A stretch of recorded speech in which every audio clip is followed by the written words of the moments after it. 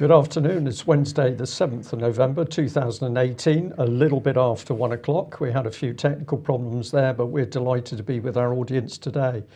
Your hosts are Mike Robertson, myself, Brian Gerrish. We're also joined by David Ellis from Strategic Defence Initiatives and Alex Thomson, speaking from the Netherlands with Eastern Approaches.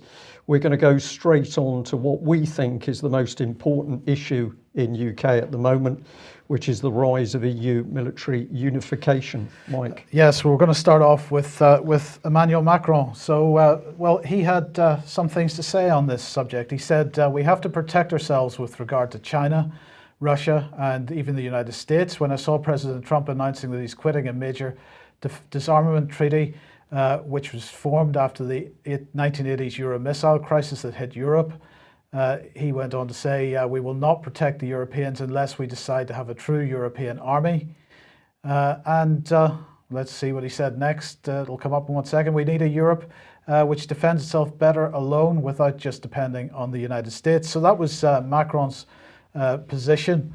David, so he says we need a European army, but as we pointed out not so long ago, the UK, amongst others, already operating with EU badges on their sleeves.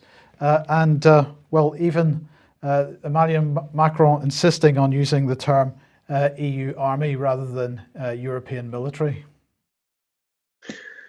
Yeah, it's disingenuous again, isn't it? We've got this cover code language to try and keep everybody from really understanding and evaluating what this actually is. So he's late to the party, he's using the wrong terms of reference, and it's just way off the mark. So yes, this is already happening. You know, we've pumped this stuff out about what's going on with EU Navy, EU NAVFOR, and how that really is the one to watch. This is really all defence services. It's not an EU army. It's completely disingenuous for anybody to be using that term of reference. This is single point command and control of all defence services in the EU zone.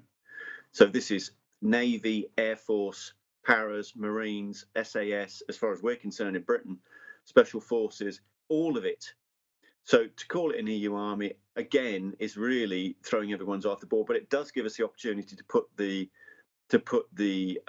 issue back on the table, because he's thankfully for us, he's raising the media wind. So yep. Oh, okay. Yes. Okay. Well, look, at the weekend, we hosted a meeting in Totnes, an emergency briefing on defence and security. Following that meeting and following discussions with you, David, we pushed out a little video clip, let's have a look at that.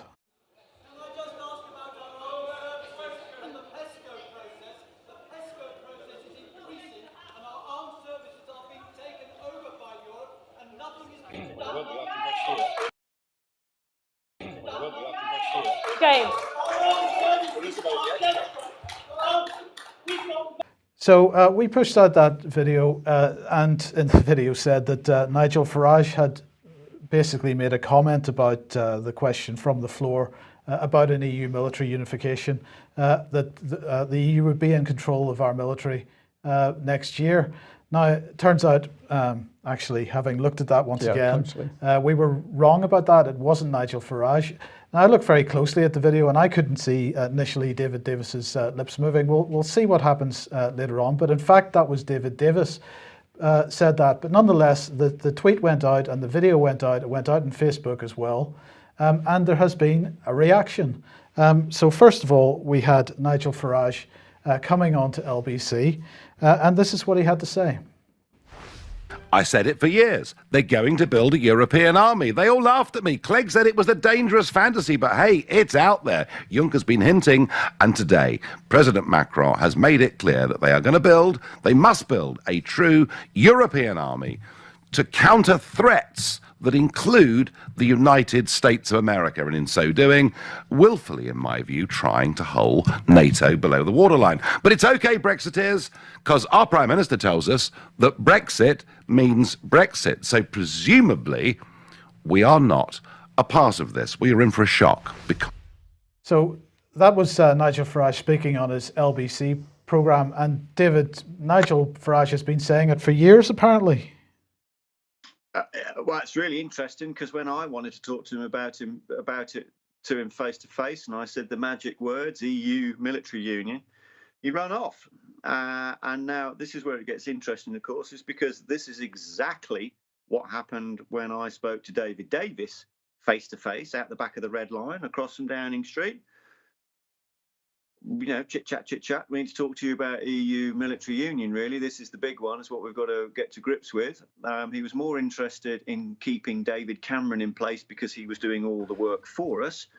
But on mentioning EU military union, Mr. Davis went very red and run off, which is exactly what Mr. Farage did. So I've got to take issue with Nigel here on this, and David Davis. They both need a heavy pounding, a public ridicule for what's happening here. We've all got to hold them to account in any way, shape or form we can.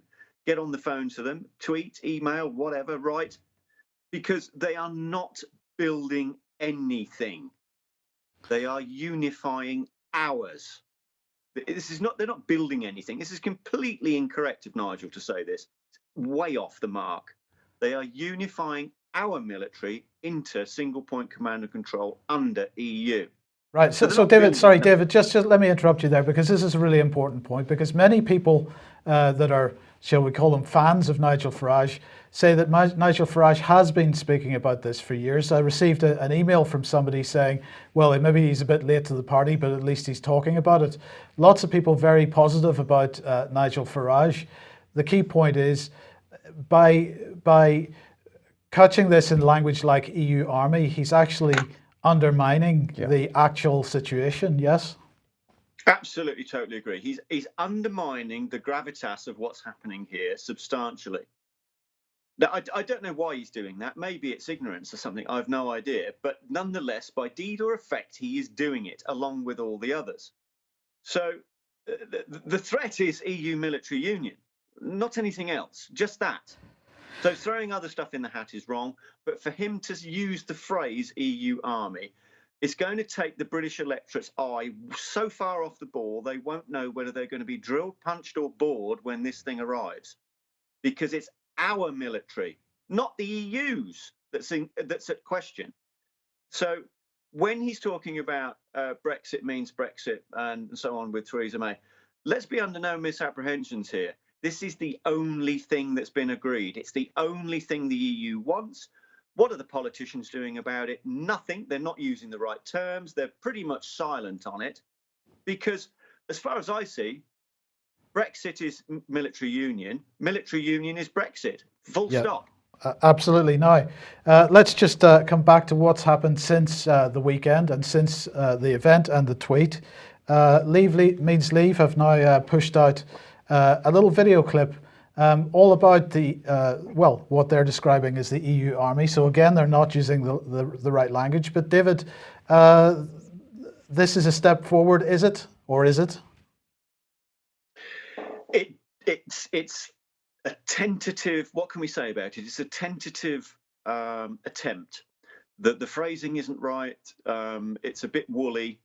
And it doesn't really, anybody watching this won't really understand that this concerns them directly and our military and our nation and our future industry, our future development and anything that we may wish to generate, and the command and control aspects of it, and that it's going to end up with everybody having their children and grandchildren conscripted into it, and they will be paying tax.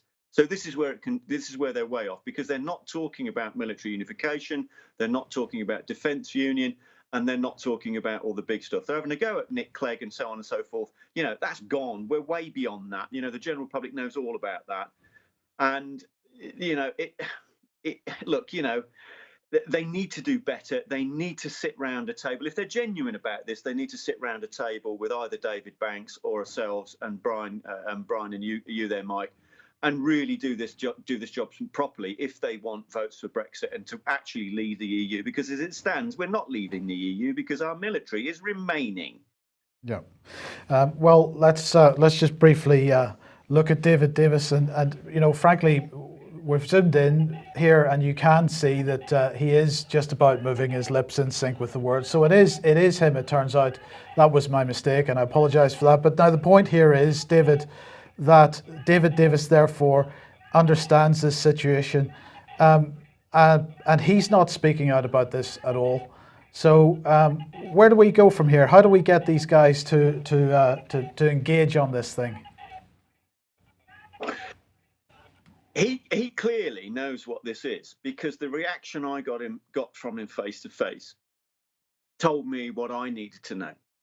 And this footage here of him under his breath saying that demonstrates that he does know what this is, because he knows full well that our military will be taken over by the EU next year, because these are his own words. So he knows exactly what this is. And he knew what Justin was saying and the gravitas of it. And yet he doesn't really approach the subject at all. Now, how are you a nation without control of your own military? It's the first rule of our government: taxation with representation, and then we have we're in a situation where we can defend ourselves. But that isn't the case under military union, because the military that we have as Great Britain will be consumed into the EU under their command and control, and that includes Trident, doesn't it, Mr. Davis? The question that was in my mind then, I'm interested in your thoughts and your thoughts, David, is if I put out a message or a video where I've made a mistake and Nigel Farage is being accused of something, when in fact it was David Davis, why was there no pushback? Why was there no comeback on that? Any thoughts? Well, absolutely. I think what's happened, of course, is that Nigel Farage daren't come back with a proper pushback, because the blame would have gone on David Davis. Then we know that key members of the government fully aware of EU military unification. So what have they done? They've used Farage for what he does best. He goes on LBC radio. He doesn't talk about the key issue, which is EU military unification. He starts talking about an EU army. And then he ends it off by saying, well, actually, these people have got me a little bit worried. There is no full analysis, there's no urgency, there's no informing the British people of how dire the situation is. This is classic Nigel Farage, leading people into a cul-de-sac. We know about this, don't worry, Nigel Farage, I've got it all under control. What does he do? Nothing. So Nigel Farage, in my opinion, is protecting David Davis, because we've nearly got the lid off over this. All of the key Conservative Brexiteers, all of the key Conservative MPs, their Cabinet Office, they know what's happening, but they daren't let it come out in the public domain. And what Leave Mean Leave has done is produced an amazingly childish cartoon video, which also perpetuates the lie they are forming an EU army. No, they're not. They are just about to finish the formation of the unified EU military structure, and that means we have lost control over all of our military and all of our military infrastructure. This is massive media control. And I think we've got to give ourselves credit that we have brought this out into the open. Nigel Farage has done nothing. Gerard Batten has said nothing. David Davis has said nothing. Leave Means Leave has said nothing. And all credit to Justin Walker from the Chartist movement, British Constitution Group, who got there to that Leave Means Leave meeting, asked the question, and they went into a big flurry. Strangely enough, if you go on Leave Means Leave website, the Bolton meeting where Justin asked that question is the only one where the video is not posted. That's not an accident. Perhaps we should bring Alex in. Actually, David has one more comment, please. Yeah. No, this is very important. I've just had a message from what I'm going to call a top inside Tory source. And this is direct. I think this is directly aimed at the people that we're referring to. So I'm going to read you this message that's just come in whilst we've been speaking. Minister's initial approval of EU defence across all those EU Council agreements breached a parliamentary instrument called the Security Reserve Resolution, November 1998. That resolution relating to issues of defence and treaty changes states that ministers must wait until the full security process is completed in Parliament before any decision for or against is taken at EU councils. Ministers broke parliamentary codes to put UK unwittingly into EU defence. Now, this is crucial because of the man that sent me this. Absolutely crucial. Alex, should we bring Alex into this point? Yeah. Alex, what are your thoughts on what we've discussed so far?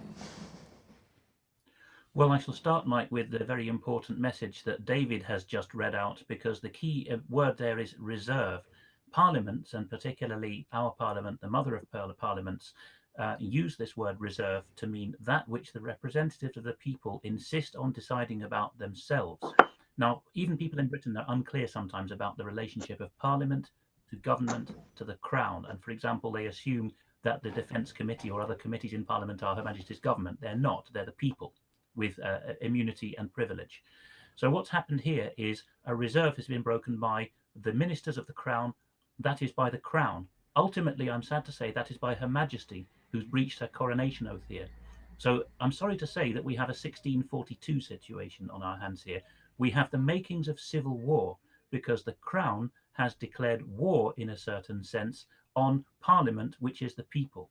We have the same setup as the pre-revolutionary, pre-Civil War constellation of the late 1630s. And to complete the picture, of course, and we discussed this extensively in both David's talk and mine on Saturday, we are arriving at a pre-1776 situation of taxation without representation, because the British people and even the British Crown are not represented in EU military unification, yet we are going to be taxed for it.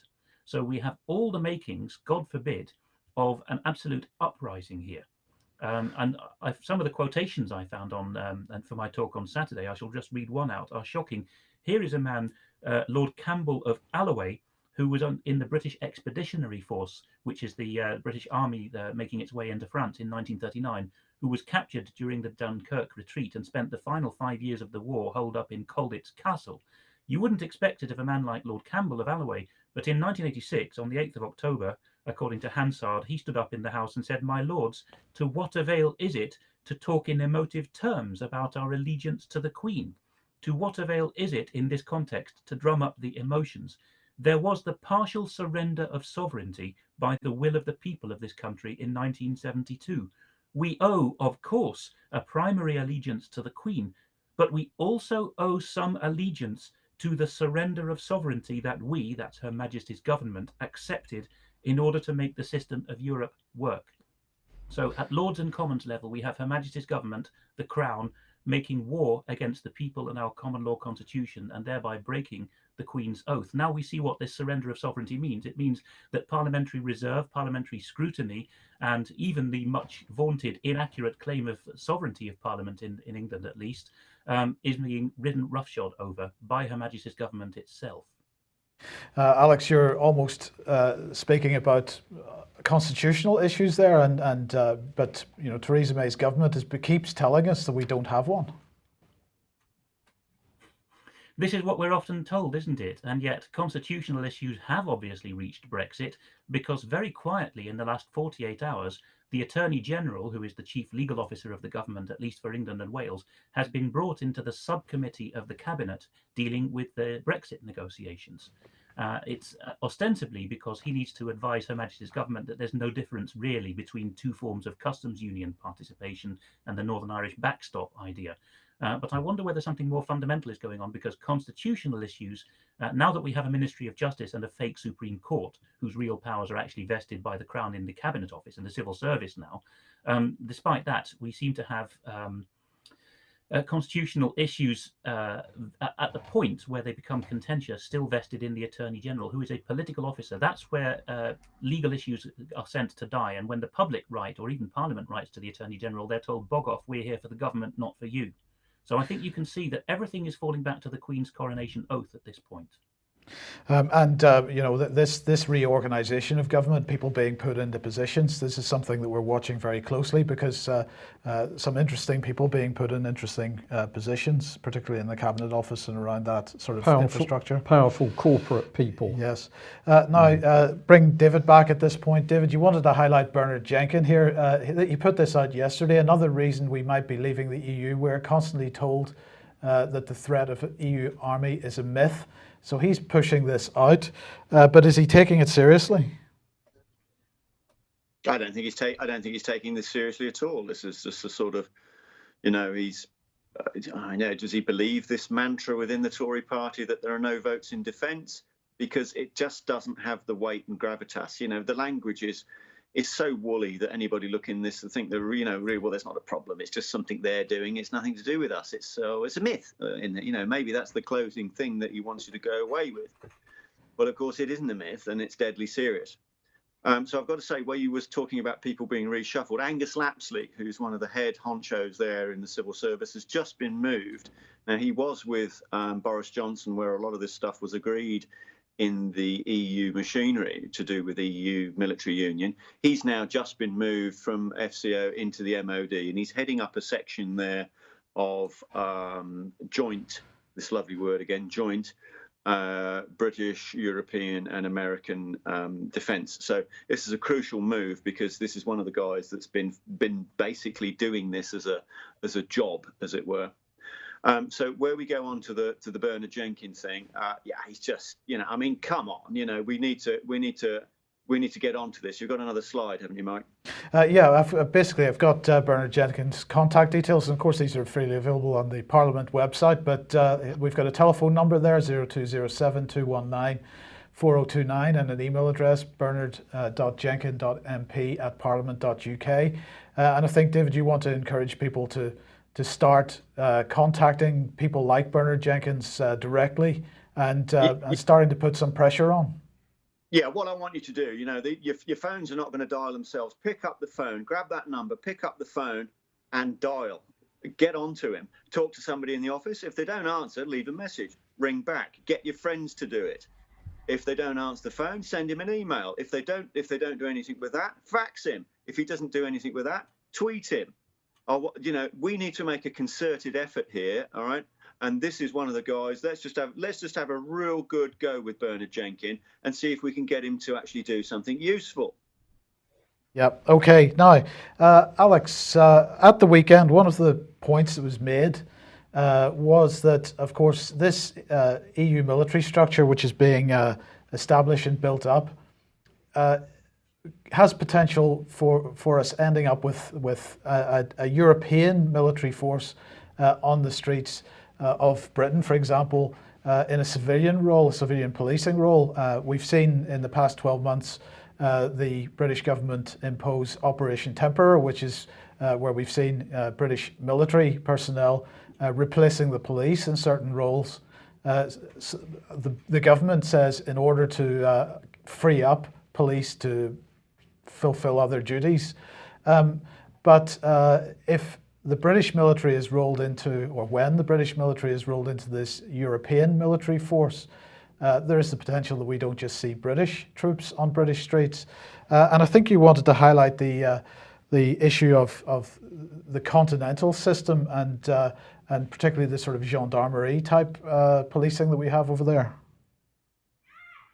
Yes, gendarmerie sounds a fancy continental word, and if people are experienced as tourists in France or Italy, with the Carabinieri being the Italian one, they have a slightly romantic notion of nice chaps who keep you safe in busy and terrorist-hit cities with their carbines. But here is a clip which will start rolling now of the German riot police. I believe this is the Federal Riot Police, and I don't know whether this is so-called left or right-wing violence. There's actually a lot more left-wing violence in Germany, but that's perpetrated mainly by the favoured sons of the political class, and so it's ignored. This is probably more a so-called populist demonstration, but look at the tactics used here by, I'll be very technical here, this is no longer a German riot police by this stage, because like about 16 other countries, I may have got the number slightly high, but several European Union member states, and Innercorps has formed EUGEND4, the European Gendarmerie Force. Now look at the middle of the back of the column here. A second squadron of police bursts out. This is obviously German drilling. Not every nation can do this, but these chaps are now free to go around any state within the EU that signed up to EUGEND4.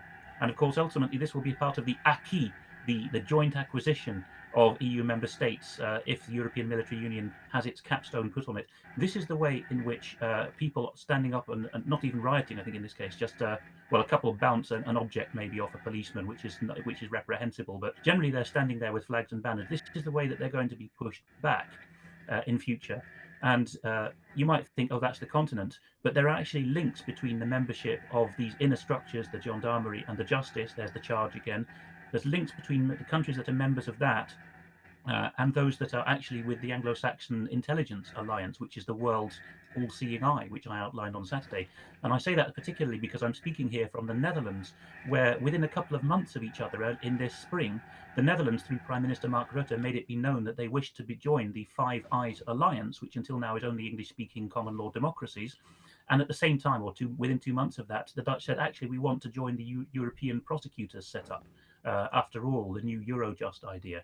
And here's a second clip showing more of the same. Wing Chun, which is a variation of Kung Fu martial arts. There's a chap from Turkey called Mr. Avcı, who actually trains the Special Einsatzkommando, SEK, the German police in these techniques, which are on screen at the moment, these martial arts techniques.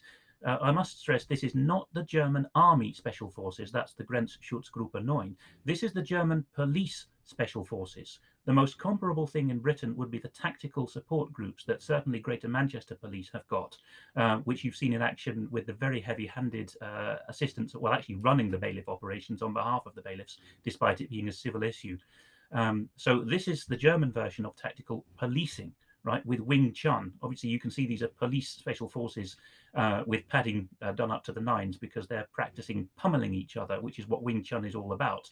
Actually, it takes the passive force of someone running at you and channels it back on them. So this is actually quite routine to see the German police punch someone's head in on the streets here. It's a kind of policing we've never had. And why am I talking about policing? Well, because in 1642 with the English Civil War, in 1776 with the American Revolutionary War, in both cases, the Crown broke its coronation oath. Well, there wasn't one in 1642, but there was by 1776. And in both cases, these were British citizens, first in Britain, then in the colonies, against whom the Crown raised an army. And if you put a gendarmerie out on the street to do riot control in this style, you are actually making war on the people in just the same way as if the men have actually got the uniforms of soldiers on.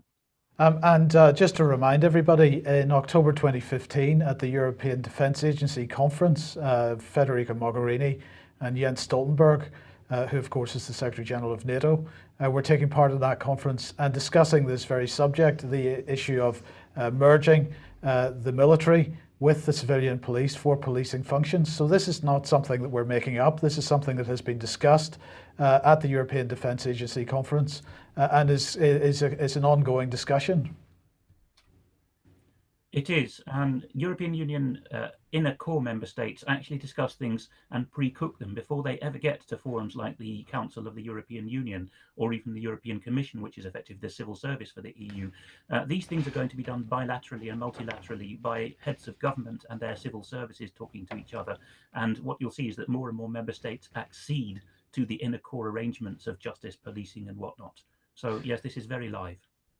Okay, well look, just to finish this section off, just want to remind everybody where to go to get the information on the UK column website about this. If you have a look on the front page, on the right hand column there's a box which takes you to the EU military unification page, as we just scroll through this, you'll see the amount of information that there is there. Do go and have a look at this timeline if you haven't seen it already. Share it as widely as possible. Have a look at the articles underneath. There are more to come. The videos from the weekend's event should be available hopefully by the weekend. But lots of information on there. Really, David, just a couple of final words, but really enough information there that everybody should have everything they need in order to engage their MPs and others. Yes, that's completely correct. The trick here is to pick up the phrase. We're talking about EU military unification, military union, defence union.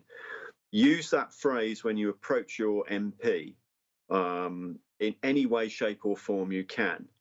A lot of people were coming up to us at the end of the defence conference saying, what can we do? Well, obviously what we've now got to do is challenge the MPs, use public ridicule if you have to in order to get them to move their position, which is a position of silence at the moment, a position of ignorance. So we haven't got time to mess around with these people anymore. They need to understand this, and they need to be made to understand quickly, because it's the only instrument readily available to the people in order to deal with this. So whilst that it will affect, obviously, the aristocracy and the barons and so on from top down, which was something that we discussed. And I know approaches have been made in this way before, but it hasn't worked. But it needs to be collective, because this will affect everyone, you know, from Lord Dartmouth down to the bin men and the nurses and the HCAs and everyone in our society. This is going to affect everyone. So get out there, pick up your phones, start dialing, do something. You've got to get in these people's faces and challenge them in any way you can. Now, don't wait, right? It isn't going to wait for us. They're going to carry on regardless with this, and they're probably going to accelerate. So we need to up our game, and we need to up our game quickly, collectively.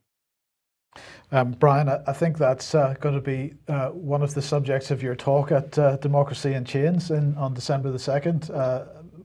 It definitely is, Mike, and it comes down to who they is. That this is the question that comes out of a lot of the mouths of a lot of people. Well, who are they? How can we identify them? To which I say, look at what they say and do. But the other thing I want to say is that when you do pick up the phone to challenge these people, far from it being some big confident member of Parliament, what you end up talking to is somebody who is terrified of the fact you've called them personally to challenge them. So the more people make these calls, send these emails, the more they will see that these people are utter cowards, which is why they are conducting treason behind closed doors. They're scared of us. So just to confirm, Democracy in Chains taking place at the Crown Plaza Hotel in London on Sunday the 2nd of December 2018. Details available at alternativeview.co.uk. And just a reminder again, spotlight on HPV vaccines taking place this Sunday, the 11th, at the Tabernacle, Notting Hill. And a reminder that Facebook has taken the event down from Christina England's Facebook page, so it can't be shared on Facebook from her original event advertisement. So please, even if you can't get to this, please share the details around. Where do we go from here, Brian? Well, another advert, which is for medical fascism. This will be at the Lugger Inn, which is Penzance, Cornwall, tonight at 7:30 this evening. And this is another event put on by Rob Ryder. He's going to be talking about living in a society where parents no longer have any rights over the treatments and health practices for children. We can have an opinion, but in the end it's only the so-called experts' opinion that counts, and they will use the full force of government agencies to force their opinion on parents if they believe it's for the benefit of the child. So Rob Ryder absolutely hitting the nail on the head there. This is fascism, but it's being applied to how we receive so-called healthcare. So if you're in the Cornwall area, Devon area, you can be down in Penzance tonight for 7:30. Please do go and support that event. Well, another week and another Henry Jackson Society report. This time, Putin sees and hears it all, how Russia's intelligence agencies menace the UK. So what are they saying here? Russia's intelligence agencies and security services are as much as 52 times the size of their British equivalents. They're saying there are up to 5 times the number of Russian case officers in the UK as there were in 2010. These 200 case officers are handling up to 500 agents. They're saying out of an estimated population of 150,000 Russian expats living in London, up to half are said to be FSB, GRU or SVR informants, potentially some 75,000 assets. They go on to say as many as half of the Russian embassy diplomats are actively engaged in intelligence work, with as many, if not more, said to be working in Russia's trade delegation. And the UK's warnings index, relied upon by border control to flag persons of interest, including spies, has proved fatally ineffective at preventing Russian officers from freely entering the country in order to execute hostile operations. So I wanted to bring Alex Thomson in to ask what you think of those points that are highlighted in the Henry Jackson Society report here. risible, Mike. Particularly, I think the one about the size of Russian intelligence compared with Britain or compared with how Russia was a few years ago. Nobody likes to talk about Israel, do they? I mean, the Israeli Signals Intelligence Agency, Shmone Matayim, Unit 8200, has actually the smallest signals intelligence staff and the most inexperienced, because they're all conscripts aged 21 or under, of any of the world's major intelligence. Israeli signals intelligence is second to none. So the number of officers is actually pretty immaterial. As regards the five-fold increase of GRU and FSB case officers in London and Edinburgh, that's the Russian diplomatic presence in Britain. Well, one tolerates, as MI5, as many Russian or indeed Chinese or Israeli case officers in Britain as one has British spies in those countries acting under diplomatic or related cover. Otherwise, you have mass expulsions. People will remember that this happened in the Reagan and Thatcher era particularly. So does this not rather suggest that we have recently whacked up the number of MI6 in Russia to about fivefold, or perhaps those operating under thin cover like the British Council? That's what it sounds like to me. If there's any substance at all in that idea of suddenly 200 Russian spies in London, then we're only tolerating that if we have that many in Russia. And what are they up to? And finally, the idea that 75,000 Russian expats in London and the home counties are informing to the SVR, and that's the most ridiculous claim of the lot. Has anyone actually spoken to any of the Russians who live in London? Most of them tried to get away from Putin for one reason or another, or came mostly to have a stabler or more Western-style education for their children. And the idea that they're all rushing to speak to Moscow about what they're encountering on the golf courses of Surrey is a bit beyond me. Well, we've got to build a big demon to fight, Brian, don't we? But I just wanted to highlight a little bit about Henry Jackson Society, and maybe this gives us a clue to what you've just said, Alex, because here's Dr. Alan Mendoza, the executive director. Dr. Alan Mendoza is a founder and executive director of the Henry Jackson Society. He directs analysis, research, focus, strategy and development for the organization. But that doesn't end there, because what else is he? Well, he is in the Conservative Party. He's Conservative Councillors Association. He's Conservative Party Foreign Policy Forum, the Disraelian Union, Conservative Friends of Israel, and Atlantic Council of the UK. So, what is going on here? And the other thing that I noticed, Alex, is that if you look at the trustees for the Henry Jackson Society, in amongst that lot is Michael Gove and Gisela Stewart, both sitting MPs. And my question then, Alex and Brian, actually, is, how that must be seen as a massive conflict of interest. Well, I think it's more than a conflict of interest, because these people are driving somebody else's political agenda. It's not just that they have another interest which conflicts with their primary parliamentary interest. They are actually active in these other organisations to implement a policy which is very often hostile to their own country. I don't know whether you want any further comment from Alex, but I'll shortly move on to RUSI, where we can see exactly the same thing happening. Yeah, just a couple of seconds, Alex. I first spoke to Alan Mendoza when he was playing Mr. Alan Mendoza as a Cambridge undergrad in '97, and last spoke to him by phone in 2015 or so.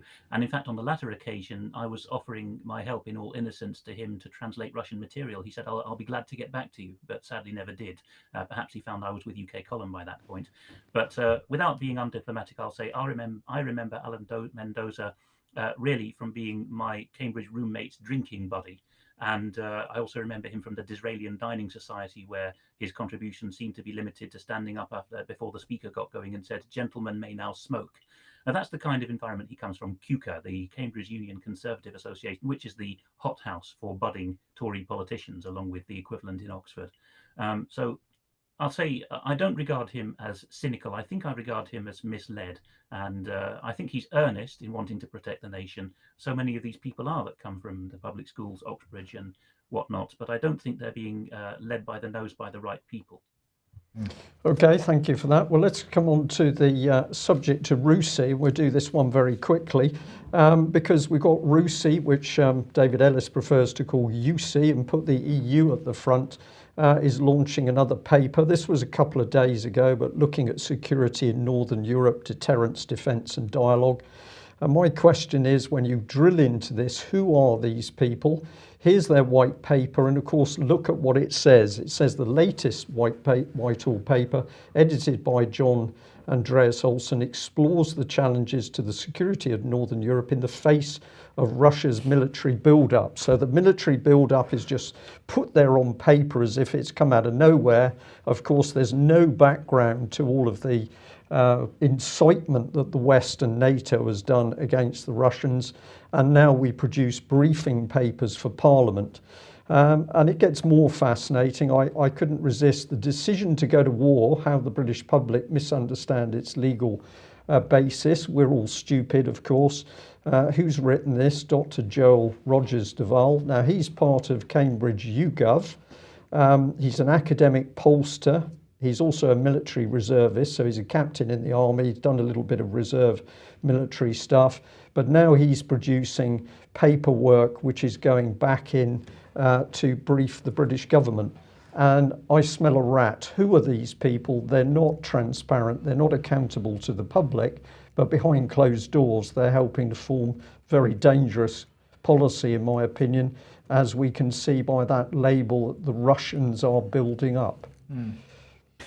So, look, I think we should leave it there for today, and we've got a couple of other items that we want to do. Maybe do those on Friday. Okay, that's fine. I'll just say that we will be moving on to the subject of the BBC. Some amazing information that was sent to me this morning, which coupled together very nicely. The BBC, of course, claiming that it's impartial, it's transparent and everything else. But we suddenly find some very interesting links through to the BBC and what's happening in children's services. So we'll try and cover those on Friday for you. David Ellis, have you got any closing remarks? Yeah, I have. Pick up your phones. The phones won't dial themselves. Get on the phone to your MP, get on the phone to his constituency office, press them as hard as you possibly can. This concerns you and your family directly. The MPs have clearly lost the plot, totally, because the silence is deafening. The reality and the facts are plain in our faces, and they are choosing to ignore it. Well, we're going to have to make them pay notice, and it's not going to be easy. I'm not promising anything, within the next few days, but the sustained pressure will pay off. Ladies and gentlemen, it will be no good ringing each other when this has happened and you are being taxed and they are conscripting your children and grandchildren. The time to act is now. Okay, David, thanks very much for that.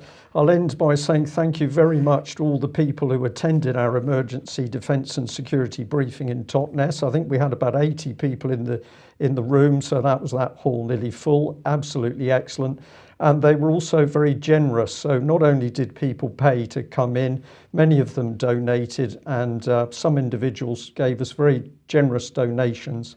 So thank you very much for those donations. But I'm also going to say very nicely, very gently, we need the thousands of people who view UK Column to watch every news episode. They're on free subscriptions. You're not yet contributing to what we do. We're warning things are going to get a lot more serious. We need to up our capability. We need those subscriptions and donations from our long-standing supporters. So see what you can do. Thanks very much for joining us. Bye-bye. Bye.